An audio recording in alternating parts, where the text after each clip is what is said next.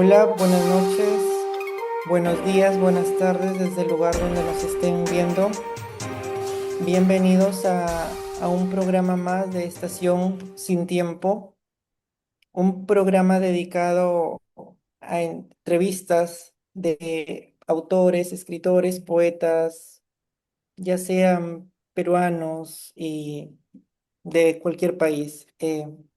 Hoy tenemos el gran privilegio de entrevistar a Fernando Antonio Adriancén González, que nació en Sullana en 1984. Es licenciado en Educación Primaria, cofundador del grupo literario Pensamiento Profano y fundador del grupo teatral Catarsis del Chira. Ha participado en las antologías Diáspora Rebelde 2000, Cazadores Urbanos 2009, Sol del Verbo, Poesía y Narrativa del Norte 2012, y en obra ha publicado Retos en el 2000, Alegoría a una Madre Santa 2002, Al otro lado del cristal 2003, Retratos Urbanos 2011, Arena 2011, Paisaje Interno 2013, Ignacia 2015 y Juegos Violentos 2016.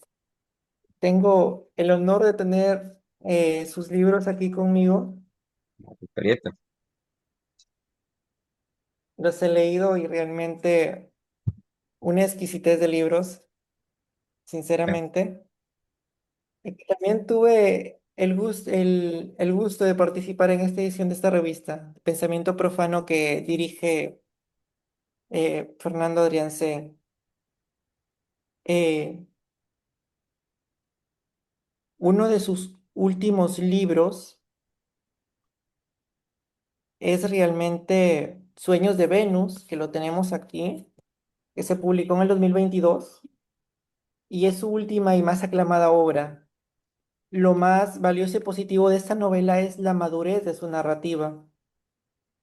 Fernando logra un puente cultural fantástico al trasladar al lector chirense y piurano y peruano hacia el universo de la mitología griega ancestral.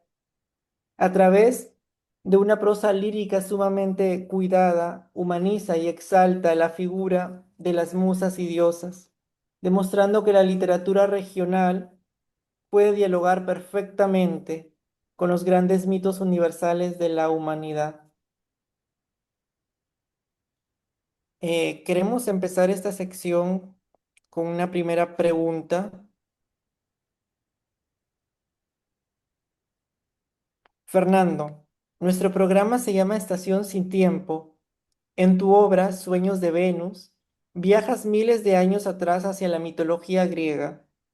¿Sientes que la literatura es justo eso, una máquina para habitar un tiempo que nunca muere?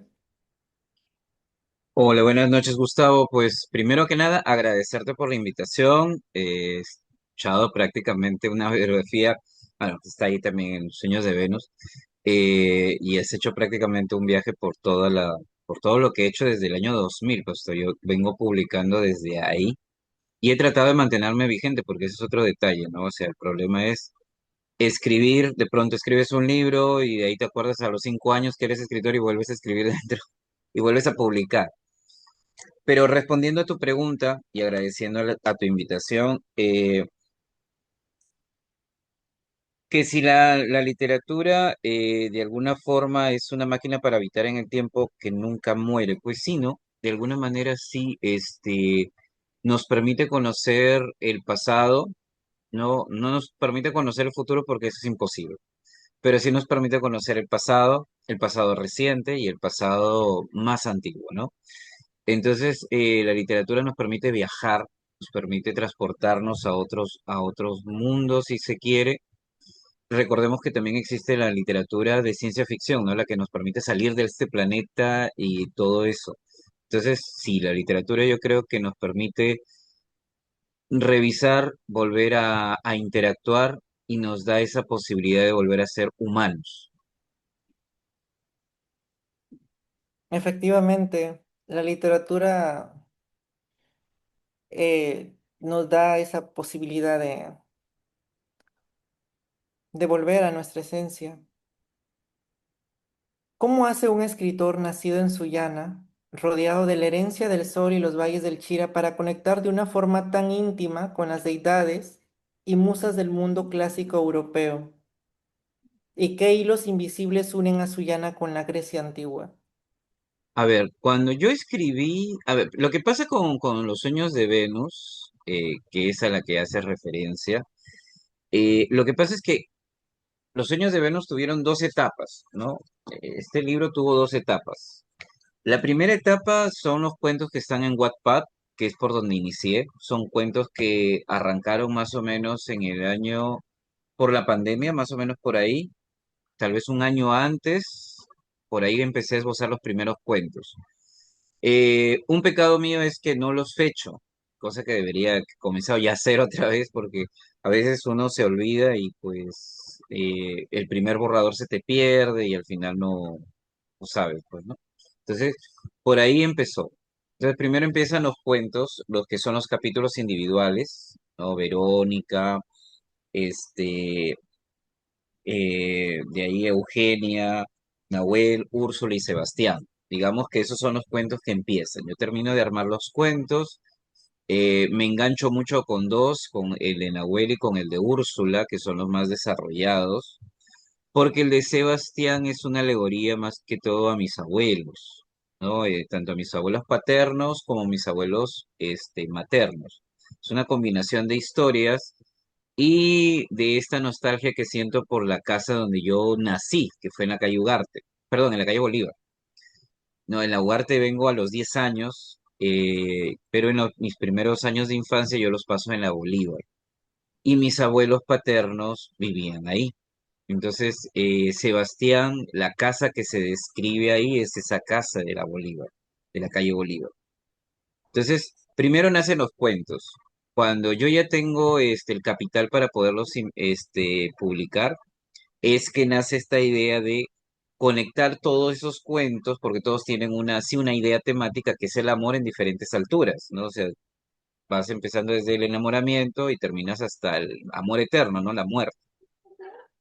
Entonces, yo me estaba preguntando cómo hacer para hilarlos, y de pronto me acuerdo de Afrodita y me nace esta pregunta de ¿qué pasaría? ¿El amor de aquellos tiempos es igual que el amor de ahora?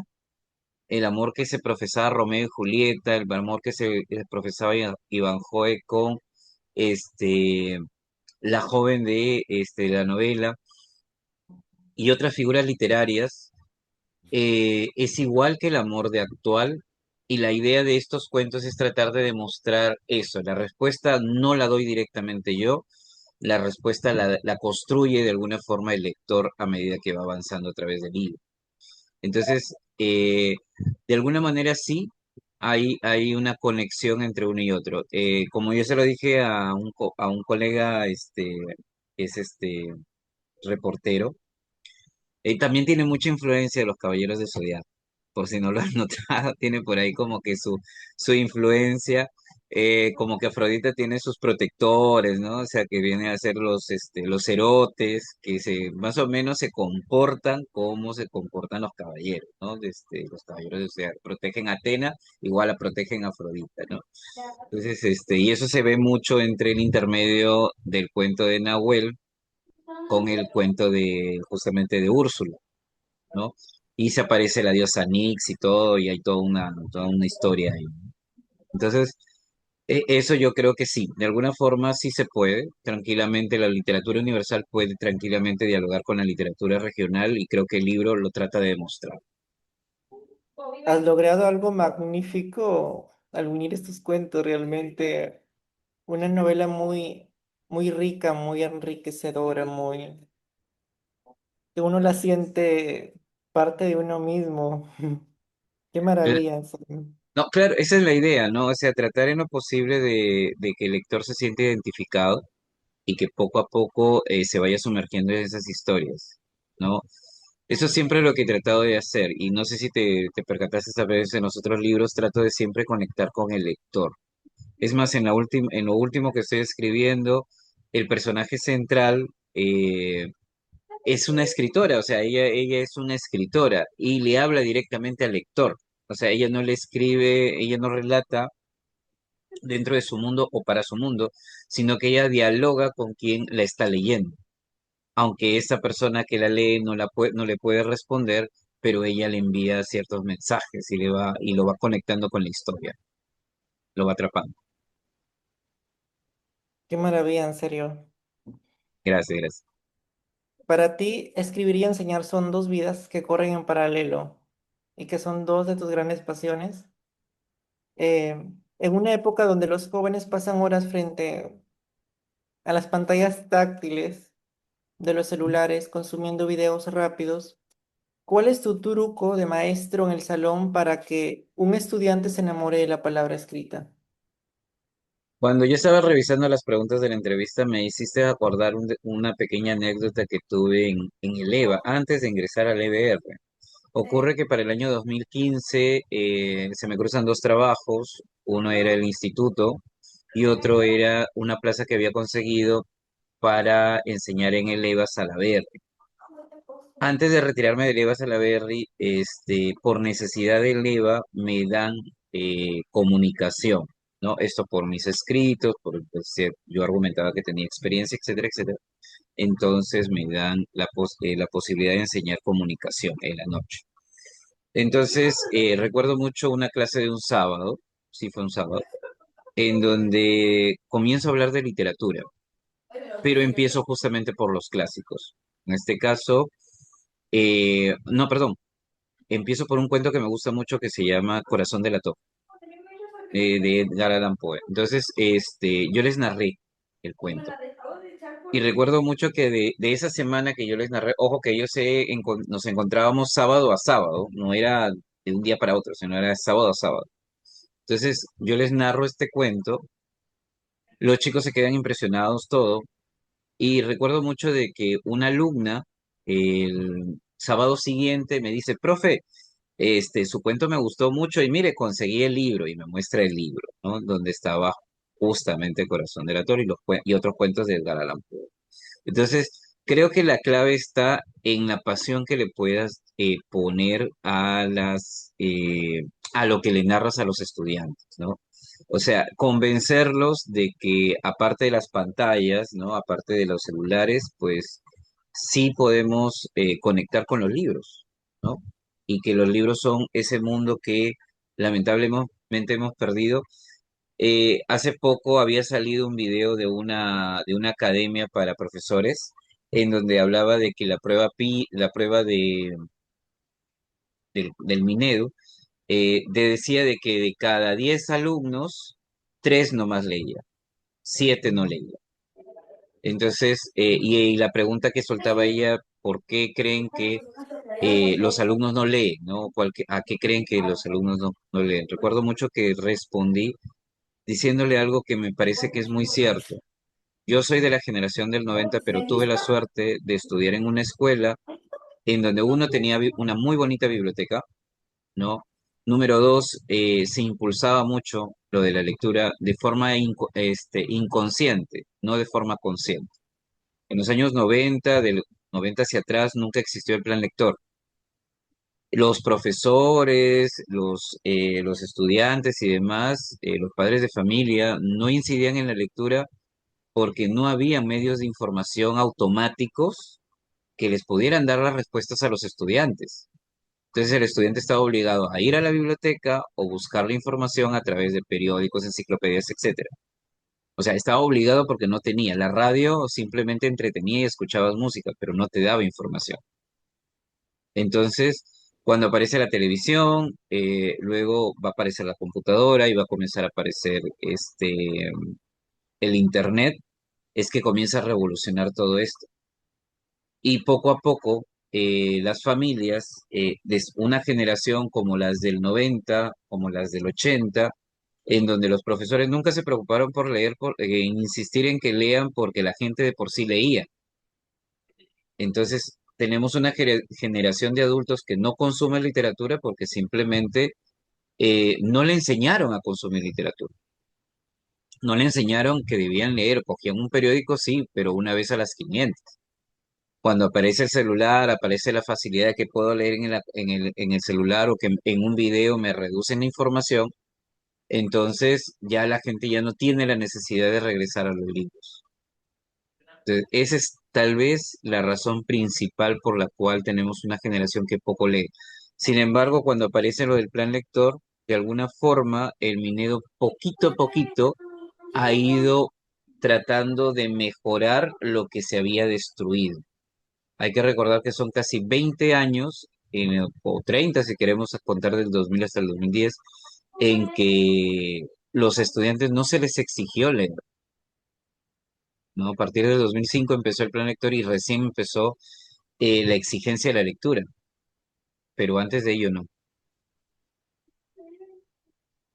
Efectivamente, creo que una de las grandes desventajas de la globalización y de toda la revolución tecnológica que vivimos últimamente es que cada vez más los jóvenes se acercan a los libros y que todo es consumo rápido de videos de TikTok, Reels de Instagram, eh, y ya no sienten esa motivación por coger un libro, por leer un libro, pero no todo está perdido porque hay jóvenes que sí leen, hay jóvenes que se interesan por la lectura, y es encomiable. Yo prefiero mil veces leer un libro así impreso que en digital. No sé, me da mucho más placer leer un libro impreso, te sumerges de lleno en el mundo en el que habita el libro. Y cuando tú abres un libro virtual, tienes la tentación de conectarte a las redes sociales y eso te distrae. Hay mucha mayor concentración con un libro en físico, creo yo. Claro, y ahora también está pues el hecho de que existen los audiolibros, ¿no? Bueno, hay un creador de contenidos que habla de lingüística y demás, y bueno, él analizaba el hecho de que qué es comprender y qué es leer, ¿no? Desde su punto de vista, los audiolibros también de alguna forma sí, digámoslo así, ¿no? Sí cumplirían el objetivo básico de la lectura, lo que es informar, pero digamos que nosotros, bueno, tanto tu persona como la mía, en que hemos estado acostumbrados pues a leer, ¿no? Los libros que acá están atrás, ¿no? En impreso, sabemos la diferencia, pues, ¿no? Como bien lo has dicho, el problema del celular y leer en el celular es la distracción constante, pues, de que te llega el mensajito, que abres el WhatsApp, que abres el Messenger, que abres, no sé, otra, depende de la red social que tú más tengas, Telegram, este, y te pones a responder y te distrajiste, ¿no? Y diferente a que coges el libro y pues te concentras y no vas avanzando, ¿no? Lo bueno es que los libros no necesitan recargarse, a los libros no se les va la batería, ¿no? Me pasó algo curioso de que, bueno, en la época que yo estudiaba primaria no existían ese tipo de redes que existen hoy, Mm, TikTok, Instagram, y tampoco era fácil acceder a los libros que uno quería, como hoy día tenemos Buscalibre y muchas librerías, Chalo, muchas empresas que te facilitan la entrega de libros que tú quieres leer. No existía, todo era mucho más distante y uno sentía la necesidad de leer tal libro que no sé qué escuchó, que vio, pero no lo podía leer. Y hoy en día es mucho más fácil adquirirlos también virtualmente. En eso es- creo que también ha mejorado. claro, eso sí, ¿no? Más o menos, ¿no? Yo logré conseguir un libro que siempre quería leer, que no, que era imposible encontrar, es este, disculpa, este de aquí, se logra ver. Ay, no, qué bonito. Ya, este 5 metros de libro poemas. lo logré conseguir gracias a, ¿cómo se llama? A Castillo Fan. Muy, muy bonito. Es imposible porque actualmente no encuentras así nomás este No, libro. Tendrías que viajar a Lima y en Lima tal vez en Colmena, ¿no? O Quilca, ahí los puedes encontrar. Y de segunda mano. El que me logró conseguir él pues fue de primera. Y para qué, ¿no? Muy, muy bonito. Uno de los libros que, así como tú dices, ¿no? Prácticamente ha sido por entrega, ¿no? De ahí hay que viajar a Piura, porque, bueno, acá es cierto que Luján tiene también una muy buena selección de libros o que trae, pero digamos que por ahí hay cositas que, como que no trae un gran badaje como para curiosear, ¿no? sí, Si ya es eres cierto. leído, ya es un poco difícil. Eh, Generalmente tiene los más clásicos, a los premios Nobel, los más recientes, ¿verdad? Pero no tiene una gran colección, pero es buena. Sí, A pues mí me no, ha es pasado, claro. Pues si vas empezando a leer, claro, el Luján te cubre lo básico, digamos que tu base de la biblioteca, ¿no? Los clásicos, etcétera. Muy, en ese aspecto sí, los cubre, pero de ahí cuando ya quieres ir buscando otras cosas un poco más especializadas es un poco difícil. lo que no tiene es poesía, más tiene Ujú. narrativa. Poesía no tiene casi. No, y ojo que también si uno va a Crisol es un poco difícil encontrar poesía. Sí, Poesía y teatro es difícil encontrar ahí, es más, la narrativa es la que más se vende como cuando yo publiqué Paisaje Interno, este, Castillo Fan me dijo, en el Perú es bien difícil vender poesía, ¿no? Aparte de eso, es bien complicado encontrar poesía en las librerías del Perú, al menos las que estamos acá, en lo que es la provincia, en los departamentos. En Lima sí es mucho más fácil, pues no encuentras un montón de librerías en un montón de lugares, pero acá es un poco complicado. ¿a ti te ha pasado alguna vez que has querido conseguir un libro y como no lo conseguiste, no lo leíste, tuviste la necesidad de crearlo, de escribirlo a tu manera, o no de recrearlo, porque se supone que uno nunca leyó ese libro, sino de escribirlo tú a tu modo? Mira, no me pasó con la literatura. Confieso esto, no me ha pasado eso con la literatura, me ha pasado con los cómics, ya, porque sí, a mí yo cuando estaba en mi adolescencia quería leer cómics, pero no podía, no tenía los ingresos, no tenía los medios, mi familia me daba lo que podía buenamente, pero los cómics no los podía, no podía tener cómics, ¿no? Y a mí sí me gustaba mucho esto de los superhéroes y demás. Y recuerdo mucho que cuando en tercero de secundaria nos solicitan crear un cuento, es lo primero que pensé, ¿no? Entonces, como yo no tenía acceso a los cómics, pues creé mi propio superhéroe, ¿no? Y comencé a crearle una historia a ese superhéroe. Sin querer, ahí comencé a descubrir lo que es la escritura. Por ahí empecé. Realmente interesante. A mí me pasó casi lo mismo y casi lo mismo que le pasó a Alejandra Pizarnik, porque Alejandra Pizarnik dice en sus diarios que muchos de sus libros que ella escribió fueron los libros que ella quiso leer, pero que no, los que nunca tuvo en sus manos. Y uno de mis últimos libros que publiqué el año pasado es básicamente eso. Existe una antología de poemas que se llama Vendrá la muerte y tendrá tus ojos, que colecciona poemas de poetas suicidas. Ah, Y yo ya, sí, sí, siempre, de ya, Rimbaud y eso. yo siempre quise leer ese libro, pero nunca tuve el acceso. Entonces que yo escribí una versión mía inspirada en eso, a mi modo. Y fue ahí donde nació el libro que publiqué el año pasado, pero que no tiene nada que ver con la antología porque nunca la leí. Recién la he leído este año y realmente se distancia mucho porque es una interpretación mía de ese instante antes de morir. Pero tu libro creo que tiene, no tiene muchas reproducciones, ¿no? Es decir, no hiciste un tiraje grande, me refiero. No, fue un tiraje limitado.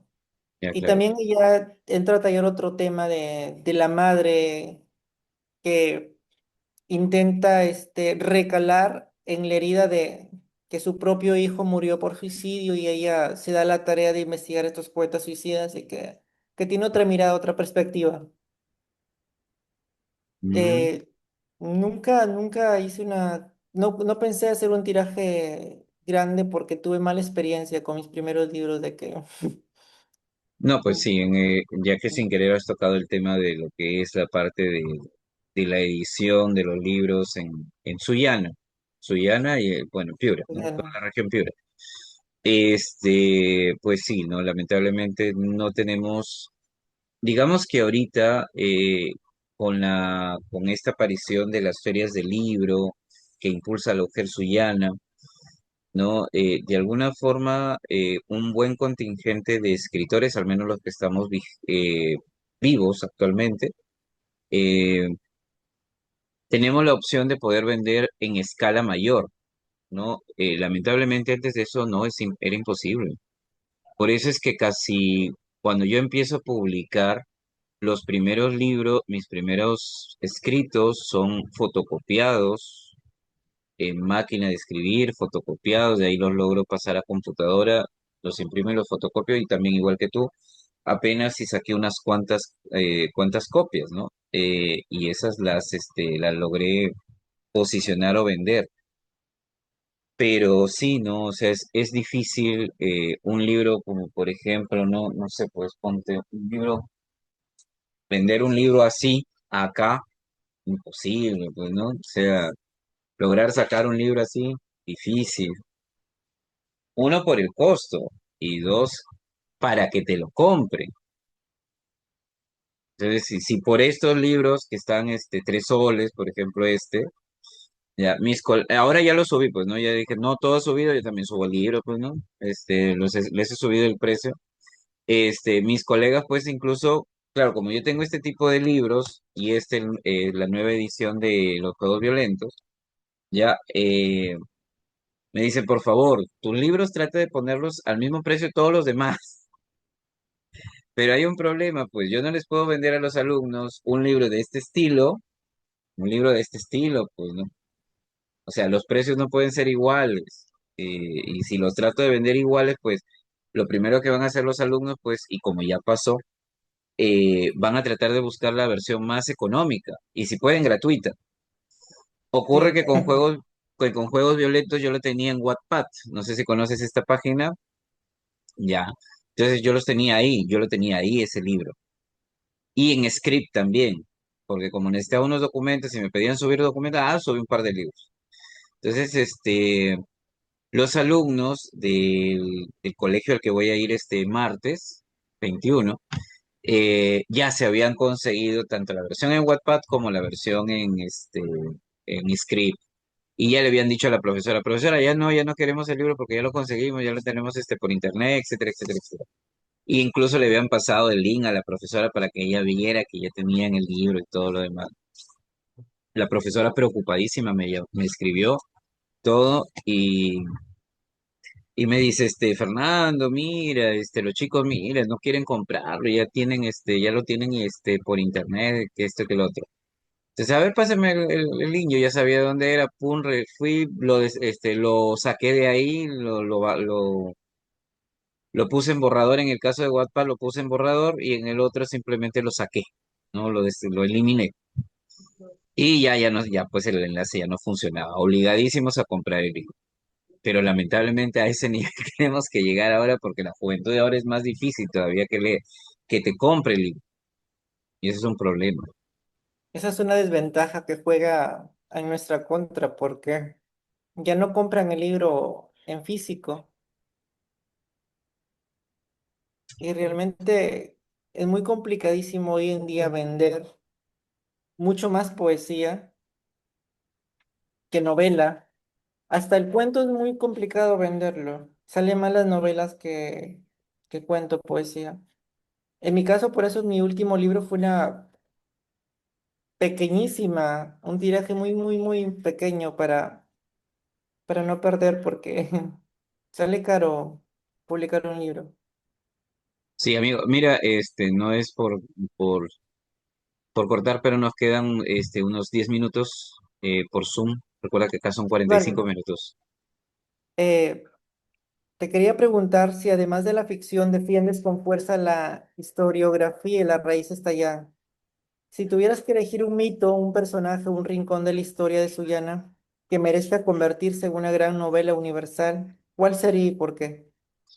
Ayer estaba pensando en esa pregunta y cómo respondértela. Este, lo que pasa es que si tú te das cuenta, mi literatura no te regresa en el tiempo. O sea, yo no busco escribir cosas de los años 30, 50, de una Sullana, no sé, pueblerina, como decía mi tío, porque mi tío nunca consideró a Sullana, me refiero a Luis Felipe Adrianzen, que en paz descanse, este, consideraba que Sullana recién había entrado a la etapa de ciudad a partir más o menos del cambio del 90 hacia el 2000 y todavía él consideraba que aún seguíamos como pueblo.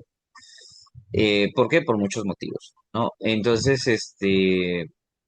mis historias generalmente no retroceden a esos tiempos, hablan de una Sullana actual, porque en realidad me gusta trabajar sobre la actualidad, ¿no?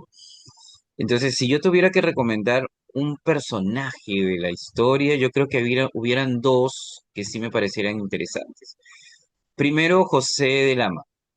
Es un personaje polémico, es un personaje que no le hizo bien a Sullana para nada, y es gracias a un sobrino que le ponen el nombre a la avenida principal. Bueno, ahora la avenida principal, en su tiempo la última avenida de la ciudad, de lo que era en ese momento la ciudad. Hay que recordar que más o menos hasta el año, ¿qué sería? Pues hasta el año 80, Sullana era un cuadrado, ¿no? La Plaza de Armas hasta la calle, hasta el Colegio José Cardó ya eran las afueras de Sullana. Ya eso eran las afueras, ¿no?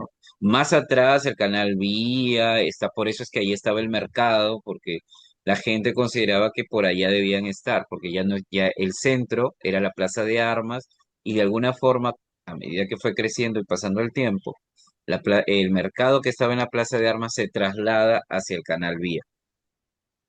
Entonces, José de Lama no fue un personaje que le haya hecho la vida fácil a los primeros pobladores de Sullana. Entonces fue muy polémico y aparte, si no es por la corte de Huancayo, los sullaneros no consiguen que las tierras de la punta les pertenecieran a ellos, sino que él se las hubiese cogido. Por ese motivo, para mí José de Lama sí sería bastante interesante ponerlo en una.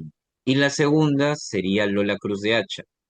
Aunque hay algunos escritores que no la consideran como una escritora universal o una escritora que haya salido de lo local para convertirse en un escritor nacional, yo creo que justamente eso es su valor, ¿no? El hecho de que ella nos pudo contar lo que pasó antes de 1950, porque ella lo vivió, porque ella lo sintió, porque ella fue parte y testigo de todo ese tiempo y todos esos cambios.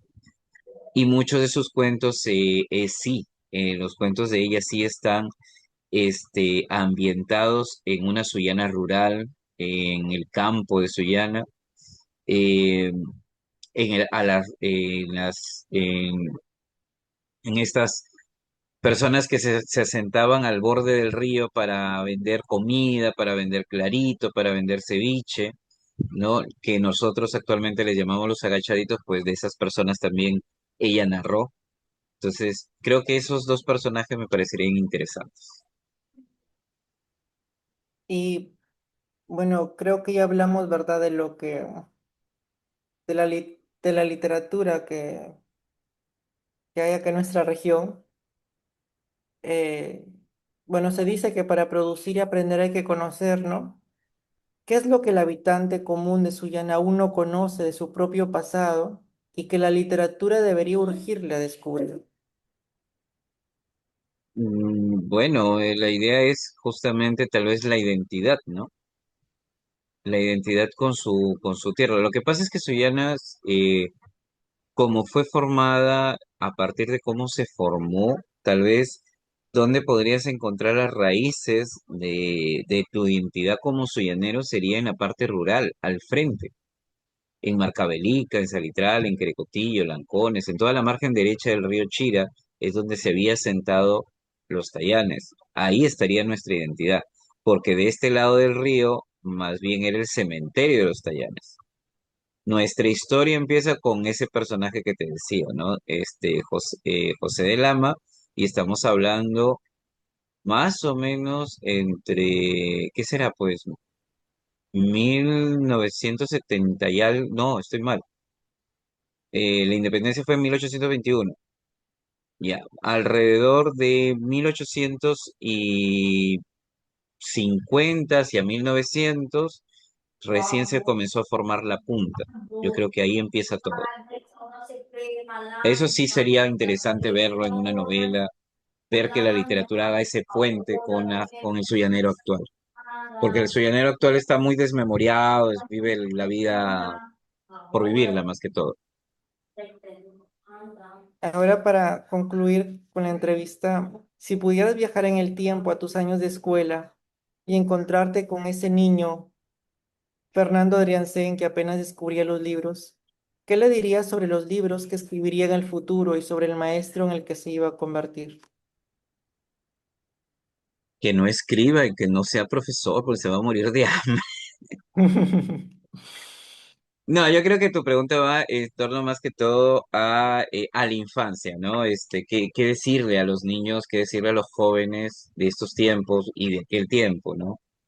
Eh, Tuve una infancia muy bonita, no puedo quejarme. Tuve una infancia que me permitió, como bien lo has dicho tú dentro de tu pregunta, descubrir los libros. Yo descubrí dos lindas bibliotecas, lo que fue la biblioteca de Sullana en sus mejores tiempos, cuando tenía las tres salas, la sala de niños, la hemeroteca y la sala de adultos. Lamentablemente ahora con los cambios ediles que han habido y las decisiones políticas, pues han ido arrinconando la biblioteca, que prácticamente nomás le han dejado un espacio, la cual tratan los administrativos que les han tocado trabajar dentro de la biblioteca, la tratan de defender como sea, ¿no?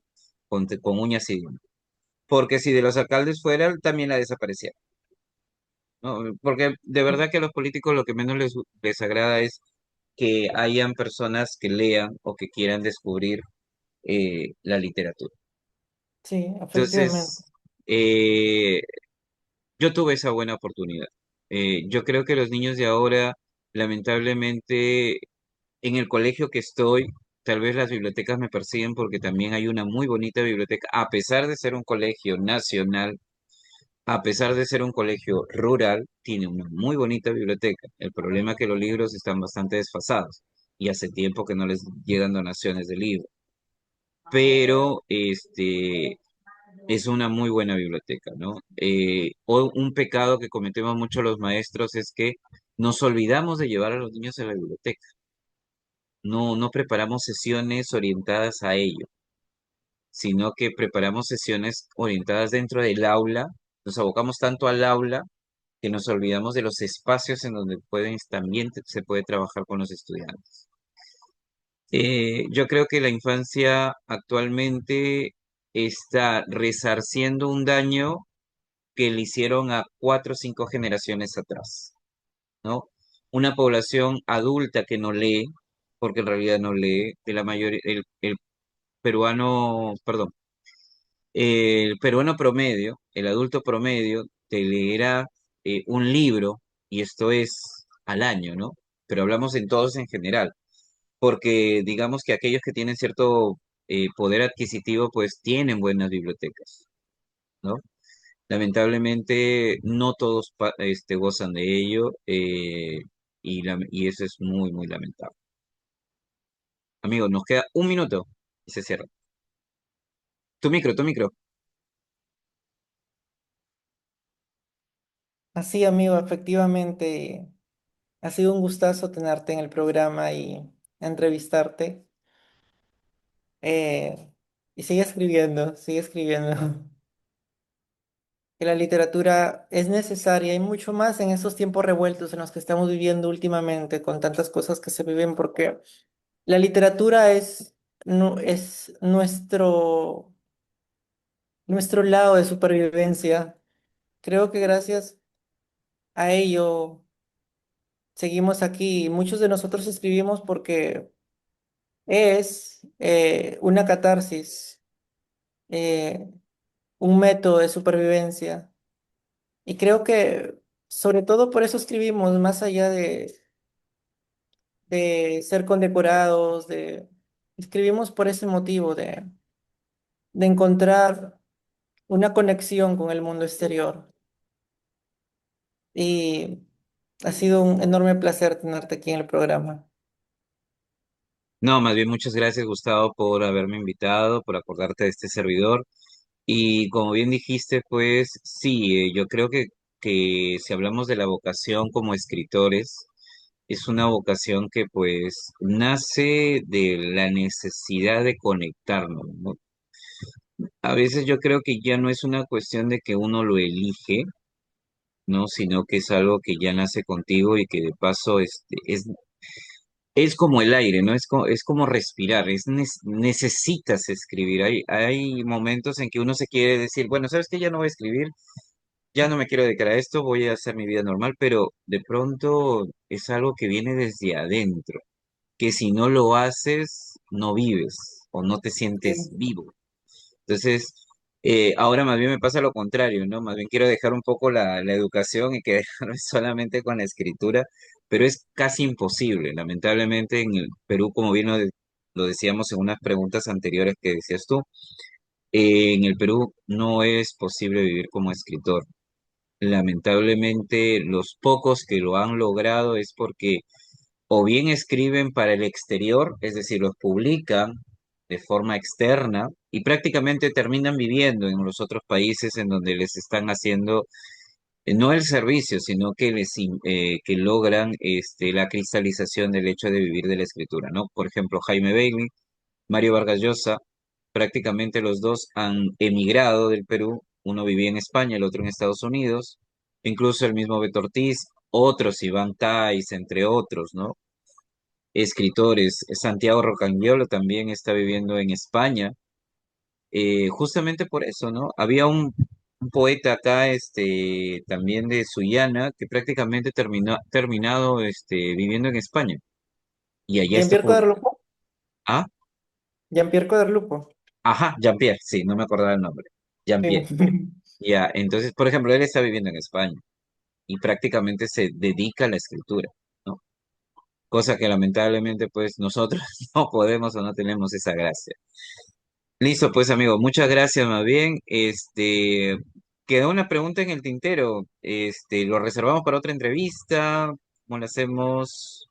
¿O aprovechamos y le cerramos con ella? Sí, claro.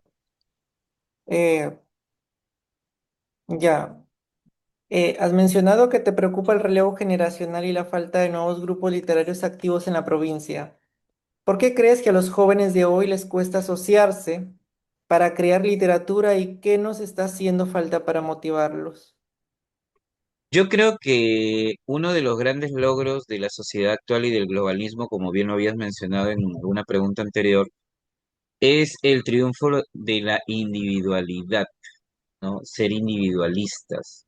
Es más, la tecnología aparentemente nos acerca, pero nos aísla a la vez, ¿no? Porque con esta famosa integración que tenemos ahorita, por ejemplo, tenemos una conexión porque ambos estamos en lugares diferentes de nuestra provincia.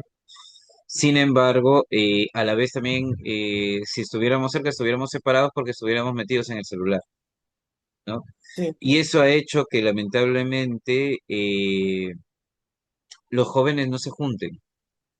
Eh, yo creo que tuve la gracia y la buena suerte de conocer de alguna forma a José Díaz en el aspecto siguiente, ¿no? El hecho de que él fue una suerte el de Trampolín a la Fama se llamaba, se me fue el nombre, el conductor.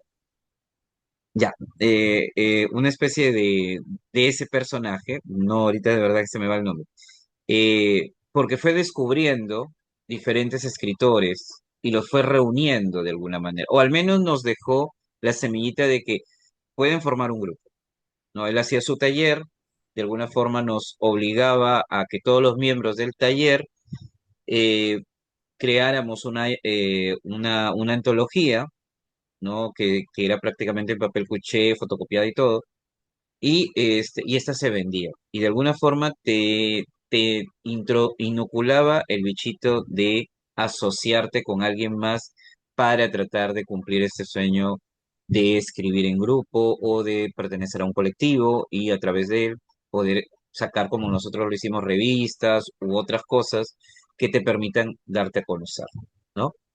Lamentablemente actualmente no se hace. Y aquí hay otra cosa que sí me meto en el lado educativo, porque me pasó con Humberto cuando fuimos a un colegio X eh, a intentar nosotros pues publicitar nuestro grupo y ver si tal vez los estudiantes o las estudiantes de ese colegio podían tal vez integrar nuestro grupo o nosotros ir a hacer un taller y tratar de formar un grupo ahí en esa escuela. Los directivos, en este caso la directiva, nos contestó pues de que no, que los talentos de la escuela eran para la escuela y solo para la escuela. Entonces de la escuela no debían salir.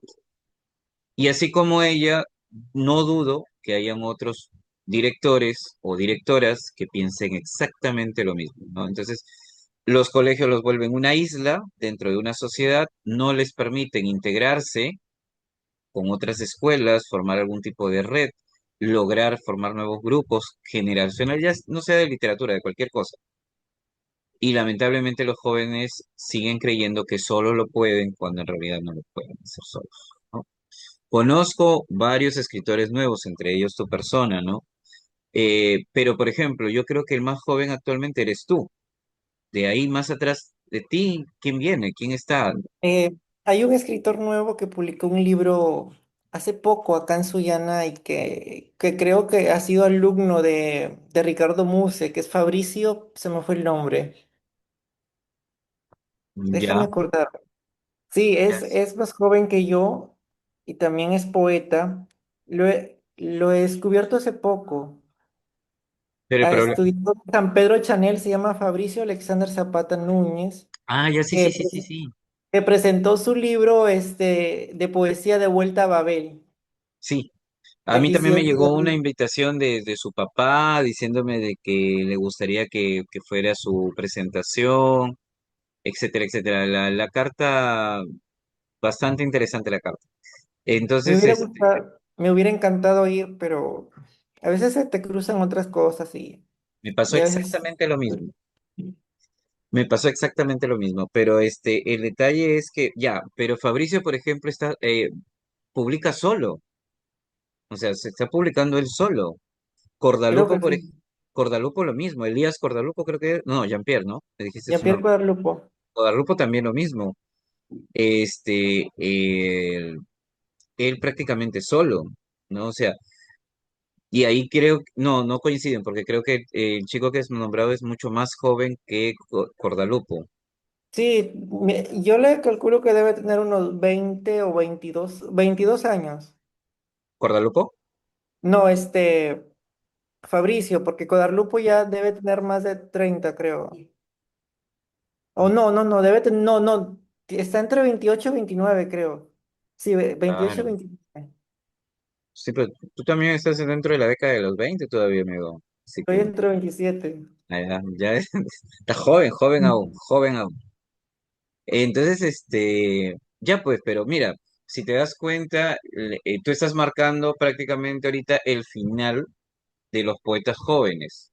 Después de tu Sí, persona, vamos a decirte que Fabricio sería tu relevo, pero ya nos ha pasado, por ejemplo, también en Pensamiento Profano, que también en la revista que tú tienes hay el nombre de un jovencito que también Humberto tenía muchas esperanzas en él, en que continuara como escritor. Pero el tiempo es el único que nos dice quién permanece en este oficio y quién se va, ¿no? O sí, sea, exactamente. tiempo es nuestro tamiz, por decirlo de alguna manera. Y sí da pena de alguna forma que Pensamiento Profano haya sido de alguna manera el último grupo o el último grupo de jóvenes que se juntaron e intentaron hacer algo, ¿no? Porque teníamos a Glass que estaba en los 80, Ángeles del Abismo en los 90, en toda la década del 90 prácticamente. Nosotros arrancamos en el 2005, pero nos formamos prácticamente desde el 2003, 2004. Entonces, 2005 hasta el 2007 y bueno, de ahí hemos estirado un poquito más hasta donde pudimos llegar, ¿no? Pero Creo que luego, yo fui el último que gocé de una, porque ¿te acuerdas que tuve una entrevista con ustedes en la radio? O claro, una de poema, creo, sí, sí recuerdo. Fue creo el último de los poetas que logró eso, porque de ahí ya no, ya no, no, es ¿verdad? más, justamente ese es otro detalle, por ejemplo, nosotros tuvimos la oportunidad, bueno, porque unos miembros del grupo tenían conexiones con Radio Nuevo Norte, ¿no? Entonces, pero de ahí, después de nosotros, no ha habido otro grupo de escritores que se hayan acercado a tratar de hacer algo parecido, diferente. No lo hay, pues, ¿no? Y eso es Y que urge, lamentable. ¿no? Sí, yo Es creo que algo que sí. urge. Y En sí, nuestro tiempo urge. Por ejemplo, hoy está el llamado podcast. No sé si lo habré pronunciado bien. ya, sí, podcast con D nomás. Ujú. Y que, no sé, que viene a ser también como un programa de... Es lo que estamos haciendo ahorita, ¿no? Esto Sí, es un podcast prácticamente. Se le llama así porque se graba y sí, luego se envía y bueno, tiene la opción de que la persona lo puede ver en diferido. Pero igual, pues, ¿no? Demanda. Yo intenté hacerlo para mis estudiantes. Tengo uno que se llama Cuentos y Literatura y Cuentos, algo así. Fueron como 8 o 10 episodios que logré hacer, pero demanda tiempo, necesitas espacio, te desgasta. Entonces, muchos streaming trabajan prácticamente han convertido eso en un trabajo porque lo es al final lo sí. es. Entonces, en cambio, una revista como la que tú tienes ahí, la número 12 es diferente, ¿no? También sí es un trabajo, pero digamos que es un trabajo un poco diferente, ¿no? Claro. Está pendiente la 13, me dicen mejor que publique la 14, así va a poder continuar porque la 13 por el número va a ser difícil que salga. Entonces, Sí. estamos en eso. Y hay algo que me une con Codarlupo, es el poeta joven, porque él fue mención honrosa en la versión del 2017 y yo fui mención honrosa en la versión del 2025. El número fue 2017. Sí, en la versión del 2017. Wow, Y yo fui mención honrosa en el 2025, el año pasado. ya.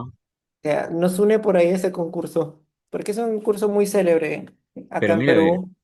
pero ya, ahorita que lo has dicho, ¿no? Por ejemplo, eso nos da otra data. Han pasado 8 años para que vuelva a aparecer otro escritor soyanero, Sí, que ¿no? esté Que entre esté, los... claro. Entonces, por eso te digo, ahí mi preocupación, o sea, y los que han aparecido, o sea, porque para la verdad, Fernando Barrantes, Jenny Vallejo y los otros que han aparecido, ya son personas de edad. La mayoría de ellos está por la barrera de los 40 hacia arriba. Entonces, lejos de tener poetas y escritores jóvenes, más bien tenemos poetas y escritores maduros que han reemplazado a los jóvenes, ¿no? Exactamente. Eh, Y y están es, surgiendo nuevos poetas, especialmente en Piura, nuevos valores jóvenes, poetas, y yo espero no sé, que sigan, que lleven en alto el nombre de nuestra región. sí, eso es Que acá en interesante. Sullana también está el caso de Fabricio que te mencioné. Claro, esperamos, pues, el detalle es que Fabricio, pues, continúe, ¿no? O sea, porque Esperemos que sí, que no sea su sí, primer libro, que vengan muchos exacto. más. Y eso pasa con varios. O sea, publican un libro por cuestiones de la vida, por trabajo, etcétera, se olvidan de la literatura y de ahí Dios sabe hasta cuándo la vuelven a encontrar. En mi caso no me he olvidado, en mi caso me ha sido más difícil por el tema económico, porque demanda mucho gasto, No, pero yo eso sí, sigo escribiendo y también dejé de publicar mis poemas en el perfil de Facebook porque lo hoy en roban, día la gente ya no lee, cierto, ya no. lo roban, lo piratean. Ah, también eso, y no lo hago desde hace años. Ahorita que has dicho Facebook, no sé si sabes tú de esta nueva corriente que ha salido entre poetas, bueno, si se les puede llamar poetas, ¿no? Estos que, por ejemplo, tú sabes que en TikTok, también he visto en Twitter, creo, y en Instagram, no, TikTok e Instagram, hay unas plantillas de texto Hay unas plantillas para hacer textos, ya, pues. Hay algunos escritores que cogen esas plantillas, le ponen musiquita, le ponen por ahí algo. Freon, por ejemplo, le gusta hacer mucho eso, pero él lo hace desde otro estilo.